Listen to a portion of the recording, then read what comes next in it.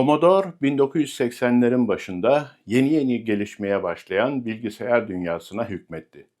Piyasaya 1982 yılında çıkan ve milyonlarca adet satan C64 modeli bugün hala saygı duyulan bir simge haline geldi. Ancak 1990'ların başında şirket yönetimi giderek artan sayıda kötü kararlar aldı ve 1994 yılında iflas etmek zorunda kaldı. Çocukken Auschwitz, Hannover Alem'deki Nazi toplama kamplarından kurtulmuş bir Yahudi olan Jack Tramiel, 1954 yılında Kanada'nın Toronto kentinde Commodore International ya da kısaca Commodore şirketini kurdu. Üretici başlangıçta parçaları daha önce ucuza satın alınan ve daha sonra monte edilen daktilolar satıyordu. Günümüzün en tanınmış şirketlerinden birinin öyküsü böylece başlamış oldu.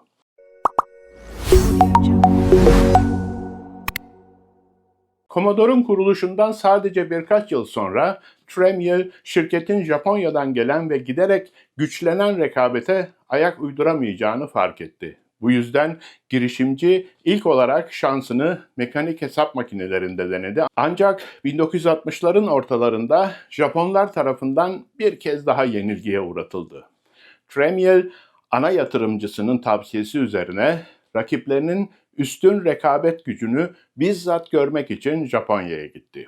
İlham verici olduğu aşikar olan bu geziden derhal 4 ana işlemle beraber en az aritmetik işlevleri gerçekleştirebilen en basit ve küçük boyutlu cep hesap makineleri üretimine odaklanma fikriyle Commodore şirketinin süreç içinde taşındığı Pennsylvania'daki West Chester'a geri döndü. Gerekli bileşenler Texas Instruments tarafından tedarik edilirken Commodore tek tek parçaların montajını yapmaya devam etti.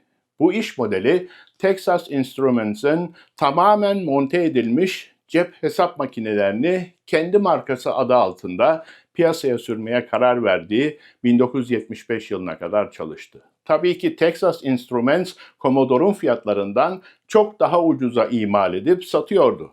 Bu nedenle Tramiel bir kez daha bir oldu bittiyle karşı karşıya kaldı. Commodore gelecekte de rekabetçi kalmak istiyorsa tedarikçilere olan bağımlılığından kurtulmasının gerektiğini fark etti. Bu bir yıl sonra 1976'da Commodore'un o zamanın en önemli çip üreticilerinden biri olan MOS Technology'yi devralmasıyla başarıldı. Kısa sürede bu hamlenin çifte kazanç olduğu ortaya çıktı. Commodore artık sadece hesap makinesi bileşenlerine ücretsiz erişmekle kalmıyordu. Chuck Peddle liderliğindeki MOS Technology geliştirme ekibi de şirkete yepyeni bir uzmanlık düzeyi getirdi. Peddle hemen Commodore'un geliştirme müdürlüğüne atandı. Tramiel'e mikro bilgisayar pazarının muazzam kar vaat ettiğini, gelecek potansiyelini gösterdi. Tramiel ikna oldu ve ilk Commodore bilgisayarı olan PET 2001 1977 yılında piyasaya sürüldü. PET 2001 aynı zamanda sıradan vatandaşlar için de ulaşılması mümkün olan dünyanın ilk seri üretim kişisel bilgisayarıydı. Commodore bilgisayarı yaklaşık $2500 olan fiyatı ile pek o kadar ucuz olmasa da rakip modeller neredeyse 2 katına varan bir fiyatla çok daha pahalıydı. Sonraki birkaç yıl içinde Commodore home computer pazarında liderliği yavaş yavaş ele geçirdi. Bunda 1982'de piyasaya sürülen C64 modeli önemli bir rol oynadı.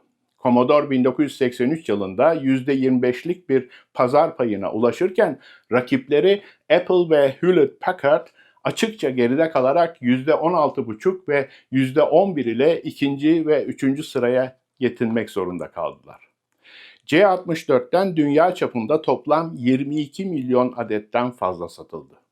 Commodore deyim yerindeyse artık zirveye ulaşmıştı ve sadece en iyisi yeterince iyiydi.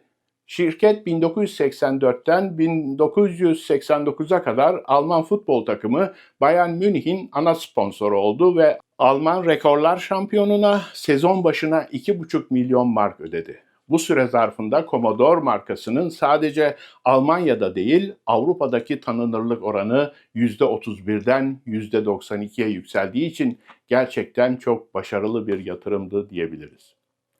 Commodore uzun zamandan beri uluslararası alanda kendini kabul ettirmiş ve dünya çapında yan kuruluşlar oluşturmuştu. 82 yılından itibaren Frankfurt'ta pazarın Almanya ayağını başarıyla yöneten Commodore Büro Maschinen GmbH, Braunschweig'da kendi geliştirme departmanına sahip bir nihai üretim fabrikası bile kurdu. Elbette ana şirketteki Ar-Ge departmanları da tam hızla çalışmaya devam ediyordu. C64'ün Plus 4 ve C128 gibi orta derecede başarılı Halef modellerinden sonra Amiga 500 1987 yılında gerçek bir başarı öyküsü olarak sunuldu. Amiga 500 özellikle o zamanki PC standartlarının çok üzerinde olan görüntü ve ses kalitesi nedeniyle kısa sürede piyasadaki en iyi oyun bilgisayarı olarak ün yaptı. 3 yıl önce 1984'te Jack Tramiel şirket içinde çıkan bir anlaşmazlık sonucu Commodore'dan ayrılmıştı. Ancak hareketsiz kalmamıştı. Aynı yıl Atari'nin o zamanlar zarar eden Home Computer bölümünü devralmıştı. Tramiel örneğin 85 yılında Atari 520 ST modeliyle büyük başarılar elde etmeyi başardı. Bu model $800 satış fiyatıyla 1986'da Commodore tarafından sunulan Amiga 1000'in neredeyse yarı fiyatıydı. Ancak Commodore ve Atari arasında pazarın ele geçirilmesi için şiddetli bir savaş başladı ve Commodore başlangıçta Amiga 500 sayesinde galip geldi. Ancak büyük şirketlerin tarihinde sıklıkla görüldüğü gibi başarı söz konusu olduğunda çok önemli yanlış kararlar alındı. Pazardaki gelişmeler gözden kaçırıldı ve gelecek vaat etmeyen projelere çok büyük paralar yatırıldı. Pazarlama konusunda da gelişime ihtiyaç vardı. En azından Dave Haney bilgisayar geliştiricisinin Commodore International'ın son günlerinde Westchester'daki şirket merkezinde çektiği 2 saatlik Ölüm Döşeğindeki Nöbet adlı filminde böyle anlatılıyor. Doğal olarak bu başarısızlıklar nihai çöküşe yol açtı. 29 Nisan 1994'te Commodore International iflas başvurusunda bulundu. Bu çöküşten Commodore Almanya ve Commodore İngiltere'nin baskıya en uzun süre dayandığı yan kuruluşlar da kurtulamadı. Sonuçta bu iki şirket de kapatılmak zorunda kaldı. Alman bilgisayar satıcısı ve üreticisi Escom şirketi, Amiga'nın haklarını nispeten mütevazi bir 14 milyon dolar karşısında satın aldı. Ama 1996 yılına gelindiğinde Escom şirketi de iflas ederek tarihe karıştı. Ancak Commodore ve Amiga isimlerinin hakları gözde olmaya devam etti ve sonraki yıllarda çeşitli ellerden geçti. Şu anda lisansları bildiğim kadarıyla Polep Holding yönetmekte. Commodore bugün 60'lı yaşlardaki insanlar için sadece bir isim ve hoş bir anı olmaktan çok daha fazlası. Aksine özellikle C64 markası etrafında gerçek bir kült oluşmuştur. Avustralyalı üretici Retro Fusion Aralık ayında C64 için yeni ama orijinaline sadık bir kasa piyasaya süreceğini duyurdu. Birçok farklı renkte satışa sunulacak olan bu ürün Commodore 64 etiketini taşımayacak, RF64 yani Retro Fusion 64 olarak adlandırılacak. Buna karşılık PET 2001'in dirilişi sadece bir duyurudan daha fazlası. Zarif, tamamen işlevsel retro konsolları ve bilgisayarlarıyla tanınan İsveçli tasarımcı Lov Hulten, 2018'de ilk Commodore bilgisayarını ele aldı. PET Deluxe'ün orijinaline sadık kasası ceviz ağacından yapılırken iç aleminde en gelişmiş güncel teknoloji iş başında.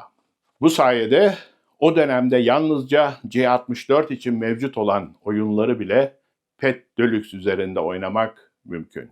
Bir neslin dünyaya bakış açısını değiştiren ve bilgisayar çağına ilk adımlarını atmalarına önayak olan Commodore 64 üzerine hazırladığımız bu videonun da sonuna geldik. Siz de bu bilgisayarı kullandınız mı? Hala evinizin bir köşesinde saklıyor musunuz? Düşüncelerinizi ve anılarınızı aşağıdaki yorumlarda bekliyorum.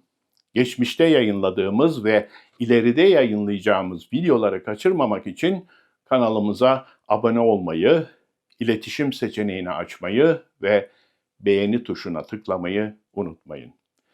Bir başka videoda, başka bir konuda buluşmak üzere, hoşça kalın.